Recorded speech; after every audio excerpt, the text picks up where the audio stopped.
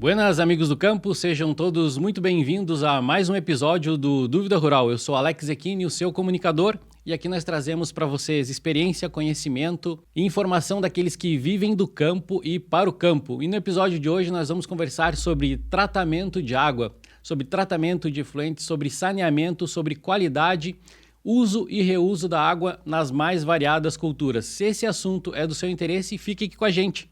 Este é o Dúvida Rural, seu canal de respostas do meio rural.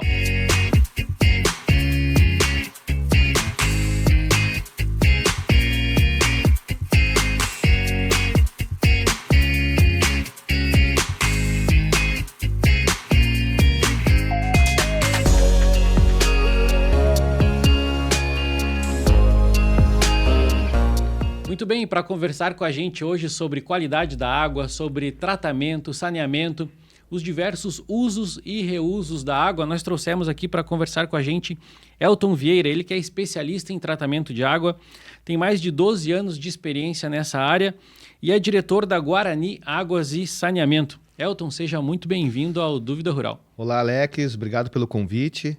Então, hoje é uma satisfação imensa estar aqui, no Dúvida Rural. Espero contribuir falando um pouco sobre tratamento de água, tratamento de efluente sanitário, Então, eu agradeço demais aí o convite e estamos aí para contribuir. Bacana. Elton, para que a gente comece aqui essa nossa conversa, é de praxe que a gente traga um pouco da tua história, da tua experiência com o tratamento de água, o que te trouxe a esse tema, qual é a tua experiência nessa área. Eu gostaria que tu contasse um pouco para a gente dessa tua experiência. Bacana, Alex. Então, a minha experiência com tratamento de água começou em 2013, A gente tem aí alguns anos de trajetória. Basicamente, eu iniciei com fabricação, de produtos para tratamento de água. A gente fabricava aqui na cidade de Lages mesmo coagulantes para tratamento de água. Então, ali foi a minha primeira experiência, o meu primeiro contato, com produto, com toda essa parte aí de insumos para tratamento de água. Dali eu fui passando o tempo, saí dessa empresa, acabei trabalhando na estação de tratamento de água aqui da nossa Lages, aqui, a ETA, ali na Semasa. E aí, dali em diante eu não parei mais. Uma das experiências mais importantes que eu acho que foi para mim ali foi uma multinacional, líder em tratamento de água, que eu tive a honra de trabalhar para essa empresa aí por 5 anos, Foi o que me trouxe essa bagagem. Dentro dessa empresa eu atendi diversas outras multinacionais, Uma delas, que eu acredito ser uma das mais importantes, vou citar duas aqui, Ambev e Coca-Cola. A gente tinha algumas aplicações lá dentro das unidades. Então, acredito que essa bagagem que eu tenho aí dessas grandes empresas aí que me ajudou e contribui até hoje para eu resolver os problemas que eu tenho hoje do dia a dia aí em relação à qualidade da água, E esse tema, Elton, é um tema que vem sendo cada vez mais frequente, A qualidade da água, o uso, o reuso da água. Como é que tu vê essa transformação, essa preocupação que vem se tendo a cada dia em relação à qualidade da água? Isso vem mudando, isso vem sendo realmente mais perceptível hoje? Como é que tu vê essas mudanças com a preocupação em relação à água? Alex, eu acredito que à medida que o tempo vai passando, o nível de consciência, de modo geral, vai também se aprimorando, Então, hoje a gente vê que as propriedades que eram grandes extensões de campo, hoje já estão subdivididas, Então, acaba aí tendo mais proximidade às residências, chácaras, fazendas, enfim. Então, acaba aí tendo uma preocupação um pouco maior devido ao esgoto que está sendo lançado, diariamente, algum cuidado com infiltração. A gente já vê lento, mas a gente já consegue ver um nível de consciência bem maior, em relação, de modo geral, tanto urbano quanto no campo, O nível de consciência do pessoal já é bem mais apurado, bem mais alinhado com as práticas sustentáveis. Eu acredito que é mais ou menos nesse sentido. E a gente está caminhando lentamente, mas estamos progredindo. E a produção de antigamente era uma produção que se preocupava menos com o uso da água. Não sei se tu percebe isso, como é que tu percebe hoje o aumento do uso da água para a produção, por exemplo, na irrigação, talvez uma quantidade ainda mais elevada de reuso dessa água na propriedade, como é que tu tem percebido em relação à quantidade, o aumento do uso da água? Isso vem acontecendo com o tempo? Como é que tu vê essa questão? Alex, hoje a gente vê que existe uma série de exigências, né, a serem cumpridas para fazer o uso de determinada água, né? Hoje a gente precisa ter uma outorga e toda, né, a documentação burocrática em dia. Em relação ao volume, eu vejo assim que o volume tem sido estável e eu acredito que ele possa ser diminuído, né, pelo fato de não ter tanta disponibilidade de água em relação antigamente. Se tratando do recurso, né, do que está disponível hoje. Isso, porque o que acontece? A gente via que antigamente não tinha, vou usar um exemplo, tanta lavoura que precisava de irrigação, né? Hoje em dia já existe mais irrigações e uma demanda maior. Mas, consequentemente, o pessoal vem investindo também em reservatórios maiores, né, para captação de água de chuva. E eu acredito que isso contribua para deixar o consumo de água um pouco estável, né? E a própria consciência do pessoal já vai direcionando para práticas mais sustentáveis, né? Hoje em dia você vê que é difícil mesmo você ver alguém concordar com alguma torneira aberta, né? Então você passa, você fecha, você já vê um nível de consciência maior dentro do campo, né? Em que o recurso ele é limitado, né? A gente já sofreu períodos de seca, né, no Brasil inteiro, e a gente sabe o quanto é doído. Então, hoje em dia, o nível de consciência, o nível de informação que o pessoal do campo tem já é muito, muito maior em relação a 10, 20 anos atrás. O celular hoje na mão, né, tem contribuído bastante para isso. E eu vejo que isso tende a caminhar por um caminho bom, né? Tende a ir para rumos melhores, porque, de fato, a consciência vem melhorando, né? O conhecimento está na mão e todo mundo hoje, quem não está se aperfeiçoando, né, em relação à sustentabilidade, quem não está buscando conhecimento de reuso de água, né? E essas boas práticas, infelizmente, está ficando um passo para trás e as pessoas estão evoluindo, né? Então, quando você tem hoje um sistema de irrigação com captação de água de chuva, você tem praticamente um aumento de produtividade com um custo muito baixo, né? Esse ponto que tu levantou aí, né, traz à tona a questão do avanço, né, da percepção também sobre o uso e reuso da água, mas também do avanço da tecnologia. Né? À medida que o tempo vai passando, essa tecnologia vai avançando e avançando muito rápido. Né? Como é que tu vê, nesse caso, o avanço das tecnologias que estão sendo usadas hoje para o tratamento de água, por exemplo? Sim, eu vou te citar aqui um caso como um caso de reaproveitamento de água de chuva, de água pluvial, como a gente fala, né? Hoje em dia a gente já tem ali alguns produtos como geomembrana, né? Porque a gente tem, infelizmente, alguns solos que eles não conseguem segurar, tem uma permeabilidade muito boa, então acaba que não ficando água, né, dentro de algum açude, em algumas regiões. Então hoje a gente tem reservatórios feitos de geomembrana, né? A gente consegue aí colocar cisternas de fibra, de polietileno, e isso contribui aí para poder fazer esse trabalho. Dentro dessa aplicação de reuso de água de chuva, a gente tem que ter dois cuidados, né? Que seria o quê? A parte microbiológica, né? Porque geralmente essas águas ficam por um grande período estocadas, né? E a parte também que a gente considera muito importante é de sólidos suspensos, que seria aquela areinha que vem na água, aquele barrinho, né? Então, para esses dois casos aí, existem tratamentos bem acessíveis e muito eficazes aí para melhorar a qualidade da água para qualquer aplicação que seja, né? Eu gostaria que tu entrasse um pouco mais nesse assunto, né, para que aqueles que estão nos acompanhando tenham uma ideia de custo de implantação, né, desses mecanismos de reservatório de água, para que depois eles possam pensar em reutilização dessa água. Né? Como é que tu vê essa questão de reuso da água baseado, né, nos custos de implantação desses reservatórios? Alex, a gente tem assim, os custos são bem variáveis, né? Para cada aplicação. A gente pode ter um consumo de água de reuso de 1.000 litros por dia e pode ter um consumo de água de 10.000 litros por dia. Vai de acordo com a necessidade. Mas, de modo geral, eu vou te citar um exemplo de um reservatório de 5.000 litros de água de chuva para você captar de um galpão, por exemplo. Você vai precisar de um reservatório, vai precisar de um filtro, né, para poder filtrar, e vai precisar de uma cloração para matar aí qualquer patógeno, qualquer micro-organismo que seja maléfico para a saúde humana, né, para evitar alguma situação desconfortável. Um projeto desse instalado, hoje está 6, 8 mil reais. Um projeto desse instalado, assim, pronto para uso, né? Isso incluindo já reservatório, né? Parte de tubulação, bomba, cloração, que é muito importante, e um filtro para fazer a retenção ali daquela sujeirinha que acaba descendo do telhado, né?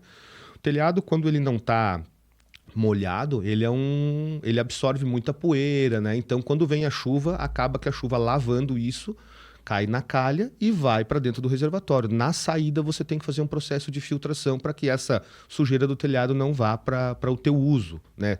Dá de fazer muitos usos de uma água de chuva, dá de você lavar galpão, dá de você direcionar ela para o bebedouro de animais, dá de fazer bastante coisa. Se você tem a necessidade, talvez, de fazer um consumo humano, e aí a gente precisa aplicar mais níveis aí de polimento, como a gente fala na água, né? Fazer um tratamento mais nobre. Mas, de modo geral, a água da chuva ela é simples de tratar e um baixo custo.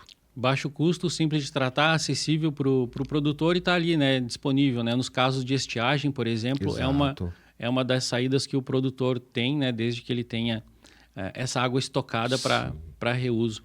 Eu gostaria que tu, já que tu falou, né, que são vários os usos possíveis dessa água, eu gostaria que tu levantasse para a gente aí quais são as culturas, né, que tu tem recebido maior demanda de aproveitamento, né, de águas pluviais ou até de uso e reuso da água para que culturas tu tem trabalhado, né? Quais são as maiores demandas hoje, né? O que tu tem para nos trazer a respeito das culturas mais exigentes de água hoje? Como é que tem sido o teu trabalho, né, de uso e reuso da água para essas culturas? Legal, Alex. Aqui na nossa região, ainda a gente tem uma baixa aplicabilidade para irrigações de lavouras, porque de fato a gente não tem um grande problema de seca, a gente tem um volume de água muito bom para irrigação, né? E a demanda que a gente tem hoje na nossa região seria basicamente para lavar estruturas, né, de empresas, galpões, nesse sentido. A gente está com um projeto dentro de uma empresa aqui de Lages que reaproveita e tem um reservatório de 150 mil litros de água, e eles usam essa água para lavar piso, para dar o primeiro banho de imersão de frutas, né, para tirar aquela poeirinha que a fruta absorve no transporte. Então, basicamente, hoje aqui na nossa região da Amures, vamos dizer assim, o que a gente tem trabalhado para reuso de água de chuva é exatamente para lavar dependências industriais, galpões, e também, com esse caso mais recente que a gente está trabalhando, seria reaproveitamento de água de chuva para trabalhar a imersão de frutas que chega do pomar. Isso precisa daquele primeiro contato com a água para dar uma lavada na fruta antes da classificação e tudo mais. E isso aí tem dado um retorno bem expressivo, né? 150 mil litros de água em um galpão grande você consegue coletar com uma certa facilidade se você tiver condições, né? Então a gente consegue entregar um resultado bem bom e altamente um custo muito baixo, né? Para você poder, daqui a pouco, lavar com mais frequência as suas dependências, o galpão, o piso, né? Então, seria mais ou menos nesse sentido aí. Outra aplicação que a gente vê é para viveiros de mudas florestais, né? A gente vê isso porque a água ela vai irrigar, de certa forma, o viveiro todo, mas quando ela dá no telhado e você direciona ela para um reservatório, você tem a mesma água de chuva, só que num dia de sol. Então, isso também acaba te proporcionando um custo menor de produto no final, uma margem maior, porque você não teve tanto custo com água para irrigar. E sendo bem claro, a gente consegue ter aí uma consciência voltada à sustentabilidade bem maior e usar isso de forma positiva, né? Para a visão que a empresa pode ter, né, perante a clientes e a sociedade. Muito bem. Para você que está nos acompanhando neste bate-papo aqui com Elton Vieira, nós estamos falando sobre qualidade da água, sobre uso, reuso, né, os seus potenciais na propriedade rural. Elton, eu gostaria que tu falasse para a gente um pouco da preocupação, né? Tu falou que essa água pode ser utilizada em viveiros, né? Também pode ser utilizada em hortaliças. Qual é a preocupação que o produtor, né, dessas atividades tem que se preocupar com o tratamento em relação, por exemplo, à estrutura de dispersão dessa água, né? Porque uma vez que tu também tem o armazenamento, tu tem que se preocupar também com a dispersão, né? Eu gostaria que tu colocasse um pouco para a gente, né, das preocupações que o produtor deve ter com a qualidade da água no armazenamento, com a qualidade da água que vai para a dispersão. Como é que é essa questão? Então, Alex, a gente vê assim, de certa forma, a captação, o armazenamento e o consumo, ele tem que ter um equilíbrio, né? Hoje em dia, a gente já se deparou com alguns casos que a pessoa ali, a estrutura da fazenda, consumia 2.000 litros por dia e tinham 4 reservatórios de 10.000 litros. Quando você tem um consumo de 2 e um armazenamento de 40, você tem 38.000 litros de água sendo, né, ficando ali dentro do reservatório um dia após o outro. Claro que se você gastou 2.000 litros, vai haver reposição de 2 litros, mas 95% daquela água já é uma água, entre aspas, um pouco velha, né? E para a gente conseguir deixar uma água estocada por bastante tempo, a gente tem que fazer um processo que chama de cloração. Hoje em dia, um processo de cloração é muito simples. A gente consegue aí ter uma alternativa através de cloro, pastilha, né? Que você consegue prolongar a vida útil da água, né? Não tem ali o crescimento de matéria, né, microbiológica, você não tem aquele famoso limo, né? Não tem uma água com aspecto esverdeado e com odor. A pastilha de cloro, ela resolve aí quase que 100% dos problemas microbiológicos da água. Com um clorador muito simples instalado entre o ponto de captação e o reservatório. Você coloca o clorador no meio por passagem. Você usa a mesma bomba do poço para clorar a água. E aí, quando você armazena uma água clorada, né, o nível ideal de cloro na água para consumo é entre 1 e 2 ppm, como a gente fala. Quando você tem essa água clorada, você tem uma água saudável, uma água limpa, uma água, né, sanitizada, como é conhecido mais comumente, e você consegue ter várias aplicações nela depois desse processo. Você tem que ter muito cuidado no manuseio com a água quando ela não é pura, porque você pode às vezes ter uma fissura no canto da unha, pode ter um cortezinho e ter um problema mais sério em relação àquilo ali, né? Então, quando a água está clorada e bem armazenada, você pode fazer o manuseio dela para o que você quiser. Eu quero regar uma alface, por exemplo. Depois de ela ser clorada, não vai ter problema nenhum. O que você não pode é nutrir daqui a pouco uma alface com uma água carregada de patógenos. Isso aí vai fazer mal em algum momento, pode ser que não no primeiro momento, mas o consumo e o uso dessa água ao longo do tempo vai te trazer algum problema mais sério.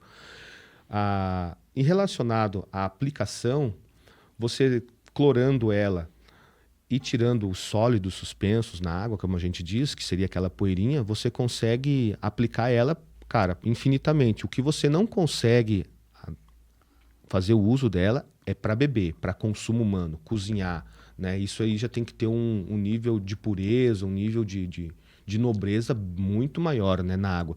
Mas, de modo geral, para uso comum de fazendas, pousadas, hotéis, né, essas ecopousadas que a gente vê aqui na nossa região, para irrigação de jardim, legumes, é muito boa a água, de muito boa qualidade, a água da chuva mesmo. E uma vez que tu tenha esse tratamento, né, por exemplo, tu falou ali no caso da maçã, né, voltando um pouco, né, para essa cultura.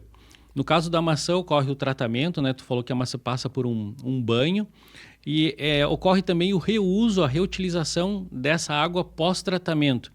Eu gostaria que tu falasse um pouco para a gente como é que funciona esse mecanismo de reutilização, né, dessa água que foi captada, foi armazenada, foi tratada, né, passou, né, pela atividade que, no caso, a maçã, né, ela recebeu esse tratamento e depois ela pode ser ainda reutilizada.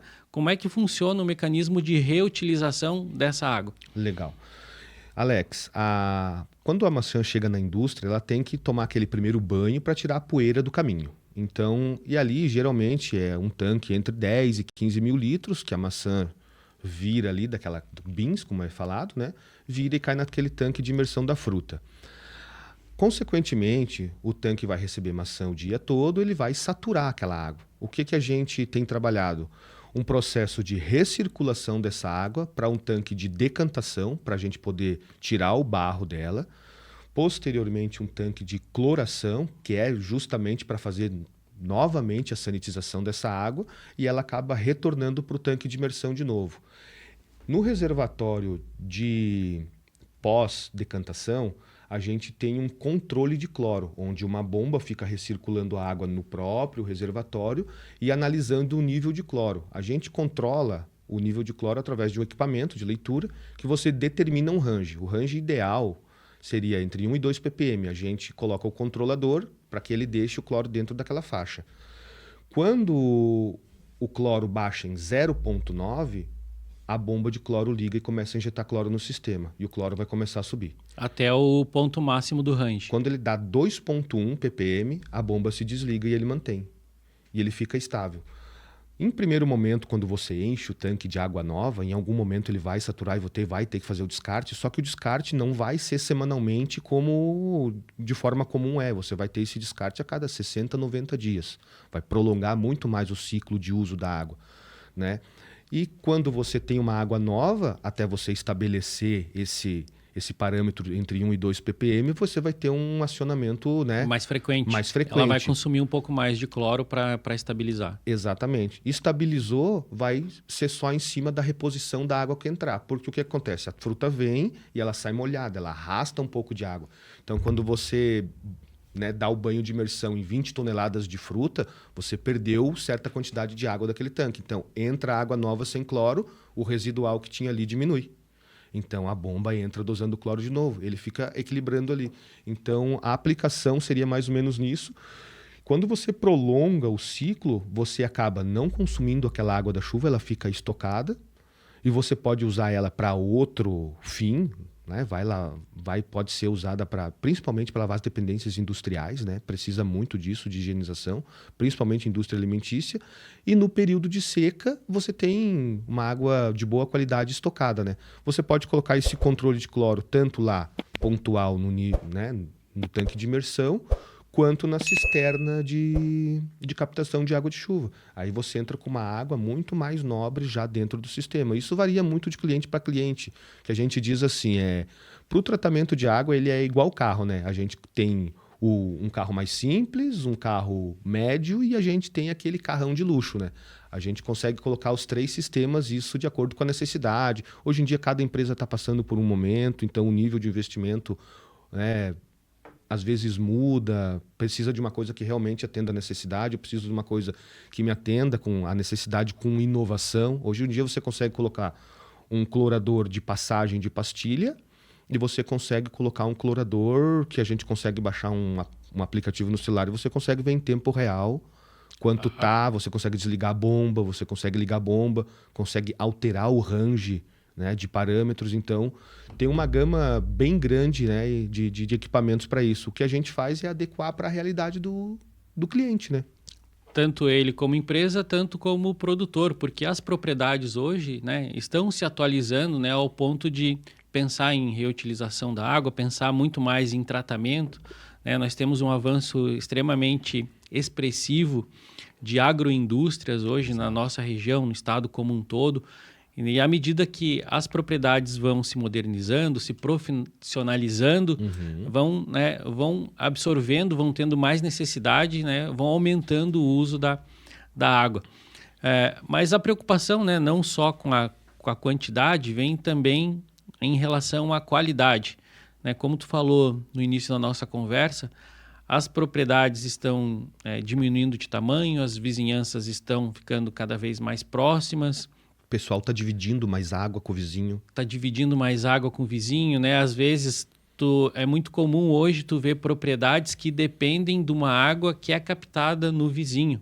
Exato. Né? É uma coisa que antigamente talvez não tínhamos essa preocupação, mas hoje já é facilmente percebido que as propriedades muitas vezes dependem dessa captação que vem do vizinho. Como é que tu vê hoje, né, essa questão da qualidade da água na propriedade rural? Qual é a preocupação hoje, né, da população do meio rural em relação à qualidade? Ótima pergunta. O que a gente vê hoje, o pessoal vem se atentando a pontos que antigamente não tinha tanta necessidade. Principalmente, o que acontece hoje? As casas que estão posicionadas um pouco acima, acabam soltando o efluente sanitário e, em alguns casos, prejudicando quem está morando um pouco mais abaixo, porque você tem ali uma infiltração e acaba tendo uma contaminação do lençol freático ou da captação de algum vizinho. Isso tem sido um problema frequente e a gente tem conseguido resolver. A qualidade da água dentro da nossa região aqui é uma água extremamente boa.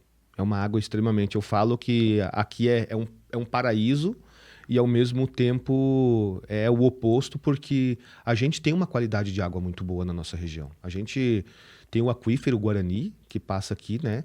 A gente sabe que tem várias fontes de captação de água mineral e, de fato, a gente não tem grandes problemas com a qualidade da água. Em alguns casos, a gente vê a necessidade de fazer um processo de filtração e cloração preventivo, porque aumentou a vizinhança, né?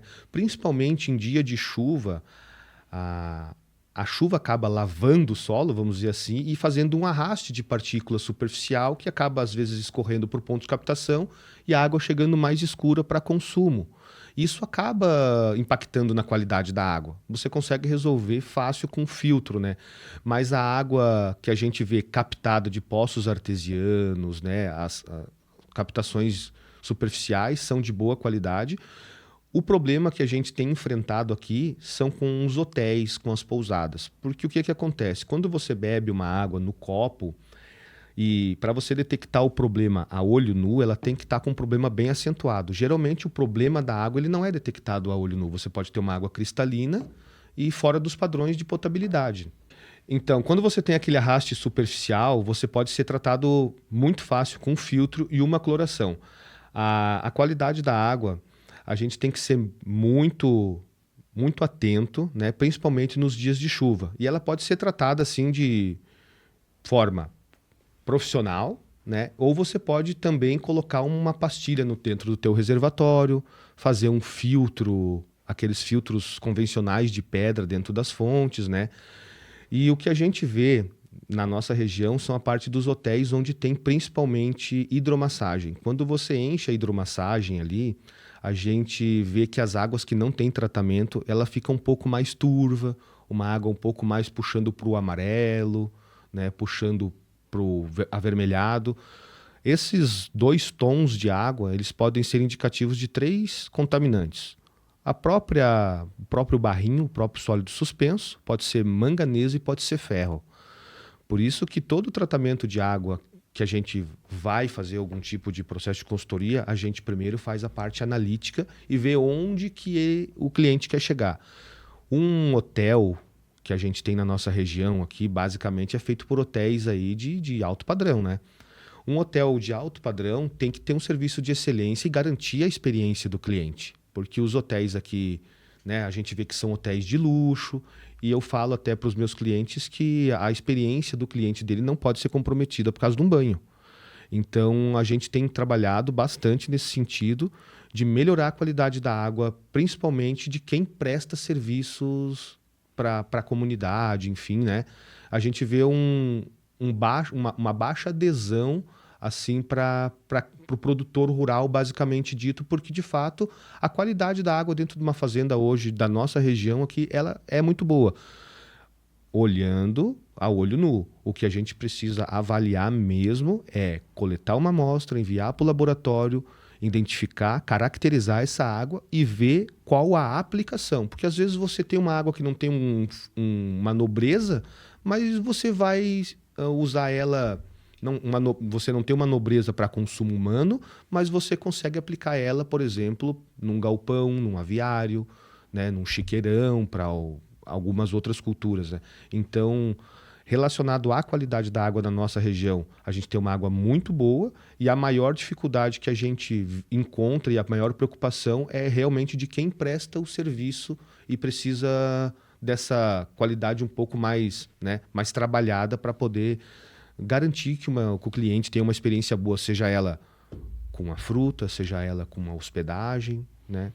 E no caso da hospedagem, né, isso é bastante relevante porque, né, a potabilidade, a visibilidade da água, né, é um fator essencial para quem oferece esse tipo de serviço.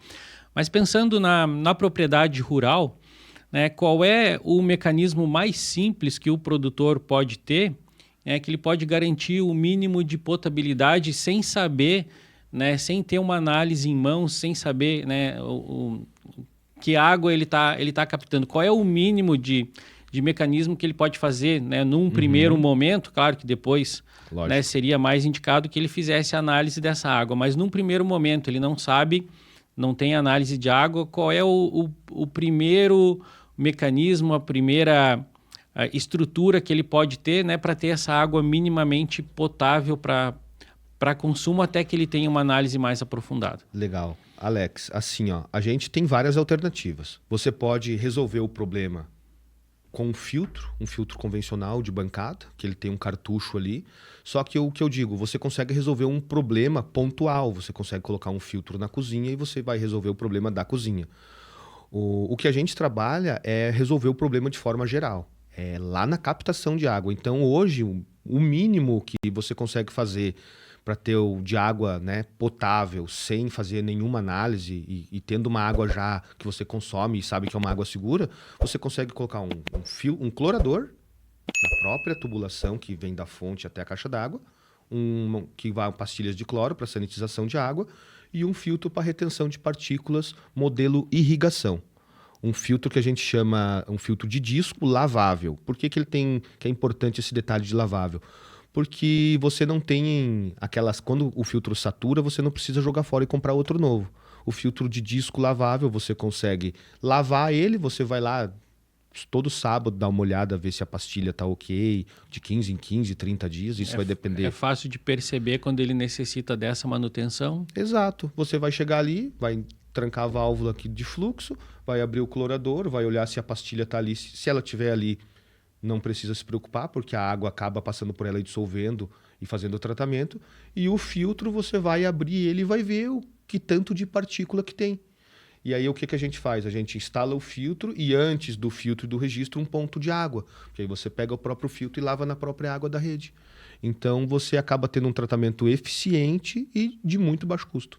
E tu fica sabendo ali até que ponto esse filtro tá realmente necessitando de manutenção com base nessa abertura que tu tem já próxima do filtro. E uma coisa que a gente percebe com a aplicação desses filtros é que o pessoal acaba se surpreendendo como estava indo tanta coisa para a caixa d'água. É isso que a gente vê. Nossa, mas estava passando bastante coisa.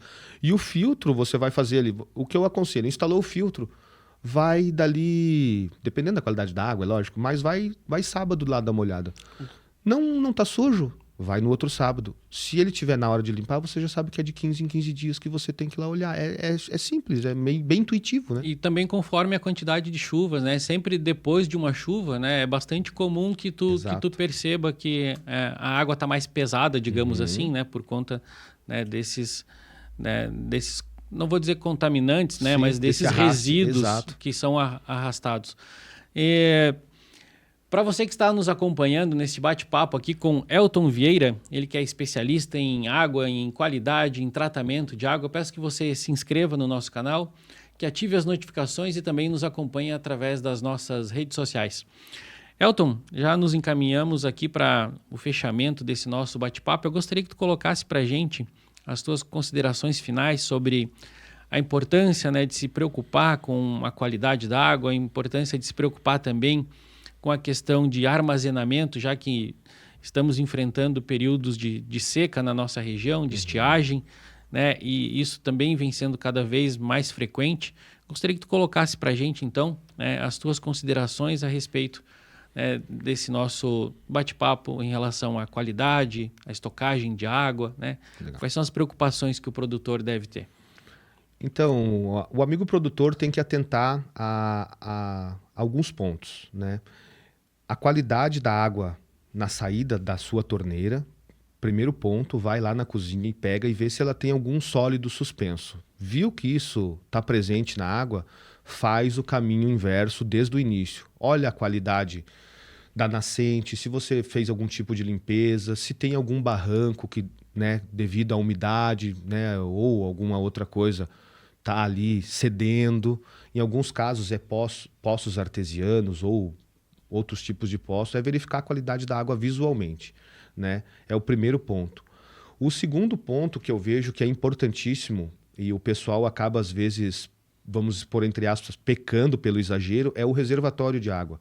Os reservatórios, eles, né, na grande maioria dos casos, ficam em tempo, né, exposto ao tempo. E ali a gente tem um ambiente ideal para o desenvolvimento microbiológico, né? Você tem temperatura alta, né? Uma boa temperatura para desenvolvimento microbiológico, e você tem umidade, você tem, né, um cenário ideal. Então, procurar um profissional que te ajude a achar esse equilíbrio, encontrar a vazão da tua fonte, né, encontrar o que você gasta por dia e determinar o melhor tamanho de reservatório. E o melhor ponto, talvez, de estabelecimento, de colocação desse reservatório, né? Tendo em vista essas questões que tu levantou, talvez pontos mais aerados, pontos mais secos, né? Pontos onde o reservatório fique, né, mais livre de altas temperaturas. Né? Exatamente. Em alguns casos a gente vê que ainda existem reservatórios de ferro. Para o cloro, ele ainda se torna um pouco pior de operar. O cloro, ele não é um elemento simples de controle. O cloro, ele se volatiliza com o calor. Então, se você tem uma temperatura de 30, 35 graus, o cloro evapora com muito mais facilidade. Então, procurar abrigar o reservatório, né? E se você tiver condições de colocar um reservatório maior e aonde a água vai, por exemplo, no galpão, um reservatório de 1.000 litros, na casa, outro de 1.000 litros, isso ajuda muito, porque você consegue fazer um nível de concentração de cloro maior no reservatório, no pulmão, como a gente fala, e na distribuição ele vai se diluindo. Então você acaba tendo um resultado muito bacana e uma eficiência muito legal aí para a desinfecção da água. E com essas pequenas práticas aí, acho que a gente pode garantir que o produtor possa ficar mais tranquilo com a água que ele está oferecendo para a sua família, e que aqueles proprietários, né, de estabelecimentos de turismo rural também possam oferecer para os seus hóspedes uma água de excelente qualidade. Eu acho que essas atividades, né, estão mais atreladas ao uso da água no meio rural. Então, acho que com essas práticas a gente consegue deixar claro aqui para aqueles que estão nos ouvindo, né, o mecanismo básico de tratamento assim, mais acessível, né, que de certa forma ele pode oferecer uma água com alta potabilidade, com uma qualidade já bastante aceitável para os seus hóspedes, para a sua atividade, para a sua família, no caso do produtor. Exatamente. Com isso, Elton, eu te agradeço mais uma vez pela tua presença aqui, pelas informações, né, pelos esclarecimentos. Eu acho que isso é de extrema importância para aqueles que nos ouvem, porque a qualidade da água, o tratamento vem sendo um tema cada vez mais explorado, né? E eu acho que isso vem muito bem a calhar. Trazer essas informações para o produtor rural é sempre muito gratificante para a gente. Exatamente. Eu que agradeço, Alex, e agradeço a todo o público aí que acompanha o Dúvida Rural, né? E fica aqui o meu convite, né, para que visitem a nossa página na internet também, Guarani Águas e Saneamento. E agradeço de coração pela oportunidade de estar falando um pouco aqui de tratamento de água. Mais uma vez, Elton, muito obrigado aí pela tua presença aqui no Dúvida Rural. Obrigado, Alex. Para você que nos acompanhou, este foi mais um episódio do Dúvida Rural. Então não esqueça de se inscrever no nosso canal, nos acompanhar nas redes sociais e também nos nossos próximos episódios. Este foi mais um Dúvida Rural, o seu canal de respostas do meio rural.